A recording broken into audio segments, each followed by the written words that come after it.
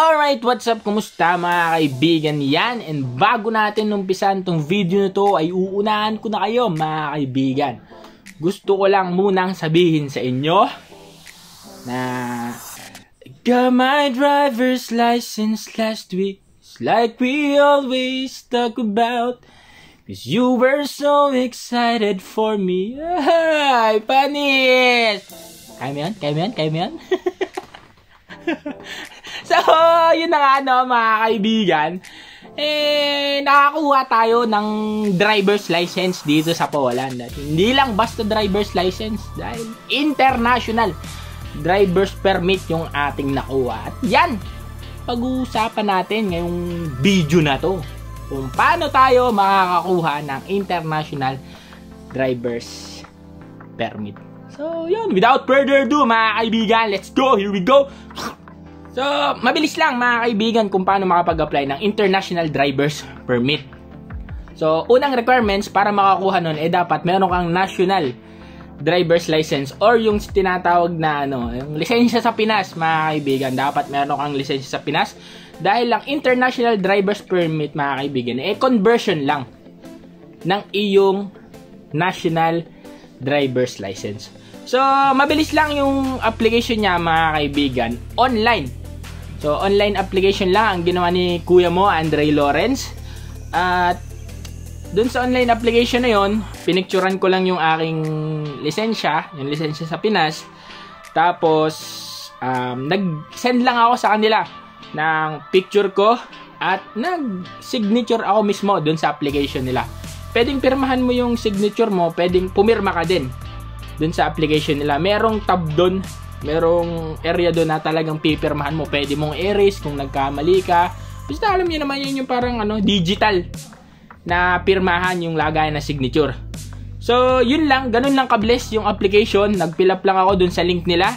And after 6 days, mga kaibigan, na-receive ko na agad yung aking International Driver's Permit. At eto yung na-receive ko. Isang International Driver's Permit booklet at isang ID card. So, dun sa ID card, nakalagay lang din naman dun, mga kaibigan, kung yung impormasyon ko, kagaya nung mismo dito sa lisensya natin, mga kaibigan, yun din. Yung makikita natin dun, yung address, yan, birthday, weight, ganyan. Yung mga, yung mga common na nasa lisensya natin. At, yung International Driver's Permit booklet, mga kaibigan, translated siya into 9 different languages. So, magagamit natin siya international. So, may mga lang din mga kaibigan, may mga bansa na hindi pwedeng paggamitan ng International Driver's Permit kagaya ng South Korea, North Korea, Japan. Pero, pwede siya dito sa buong Europe. Dito, lalo na dito sa Poland, pwede siya. So, paano nga ba natin gagamitin mga kaibigan yung International Driver's Permit natin? So, kailangan mga kaibigan, yun nga, yung lisensya mo, dala mo pa rin. Hindi mo pwedeng i-present mga kaibigan, basta-basta na lang yung International Driver's Permit mo.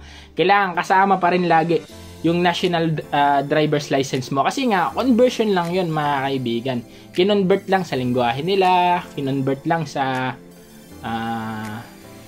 kung sang bansa, halimbawa Arabic, yan, ganon. Tapos dito sa Poland, tapos sa German, Italian, yan, conversion lang siya. Kaya dapat magkasama mo sila laging bit ipe-present pagka halimbawa ina-checkpoint ka. Hindi siya magiging valid kung yung International Driver's Permit booklet or yung ID card mo lamang yung ipe-present mo. Magiging valid siya kasama ng iyong National Driver's License. So, yung validity naman niya mga kaibigan ay up to 10 years. Pwedeng 1 taon, 2 taon, 3 taon, 5 taon, and up to 10 years nga, gaya ng sinabi ko. Pero mga kaibigan, take note lang ha, kapag naging residente ka, halimbawa, naging residente ka dito sa Poland, yung TRC o yung permanent resident mo dito sa Poland. After 1 year ng residency mo, mga kaibigan, kailangan mo nang ipa-convert dito mismo sa Poland yung lisensya mo. Hindi nagagana yung international driver's permit mo. So, same lang din kung halimbawa nasa Germany ka, kung nasa Spain ka, kung maging residente ka man dyan, kung nasa Italy ka, kailangan mo pa rin siya i-convert. Kasi valid lang yung international driver's permit mo as a tourist, mga kaibigan. Tourist lang. So, hanggat wala ka ditong residence permit, wala kang temporary residence card, pwede mo siyang gamitin, mga kaibigan. At sa pagkakaalam ko, mga kaibigan, kapag may sasakyan ka dito na gusto mong iparehistro sa pangalan mo, kailangan yung lisensya mo dito mismo. At if I'm not mistaken, mga kaibigan, ang pagkuha ng lisensya dito sa Poland, kailangan mong driving school. Yan, and medyo pricey yan. And speaking of price, mga kaibigan, magkano nga ba ang inabot ng ating lisensya? Magkano nga ba? So, depende yan, mga kaibigan, kung ilang taon yung gusto mo. Like, kagaya sa akin, in my personal experience, 5 years yung kinuha ko, and yun yung malaking pagkakamali ko. 5 taon yung validity ng kinuha ko. Kaya inaabot lang naman ako, mga kaibigan, ng 460 zloty. So, yun, mga kaibigan, yung ginastos ko. 460 zloty, 5 years validity, and kagaya nga na nasabi ko, mga kaibigan, ang na-receive ko ay yung booklet, yung ID card, at dun sa 460 zloty na yun, kasama na yung charge. Napakabilis lang, mga kaibigan, ng pagkaka-deliver sa akin. Ang sabi, ang international driver's permit daw ay 3 to 4 working days. Yan, 3 to 4 working days, tapos pinadeliver sa akin via FedEx, at dumating siya in just 7 days. So, mabilis lang yung naging proseso. Kaya yung lisensya ko ay sana, mga kaibigan, magamit ko na. Makabili na ako ng sarili kong baby. Pip, pip, pip, pip, pip, pip. Bro.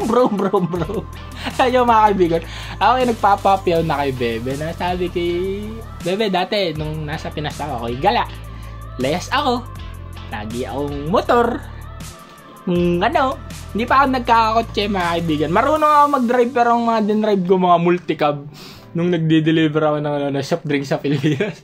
Multicab, owner, tsaka mga golf cart. Yan yung mga nadadrive ko. Tsaka motor, yan. Lagi ako nakamotor. Talagang gusto ko nga mag-motovlog Tapos lagi ako nagpapapyaw kay Bebe. Bebe, ang ganda ng motor. Hindi, siya lang naman iangkas ko. Hindi naman ako gangkas ng siya lang naman iangkas ko Gagalit lagi. So, yun, kidding aside, mga kaibigan, sana mabiyayaan tayo ng 4 wheels, or kahit ng 2 wheels, mga kaibigan. Pero parang di ko siya para, parang ang gusto ko, boss, para ako na mismo yung mag-service sa trabaho namin.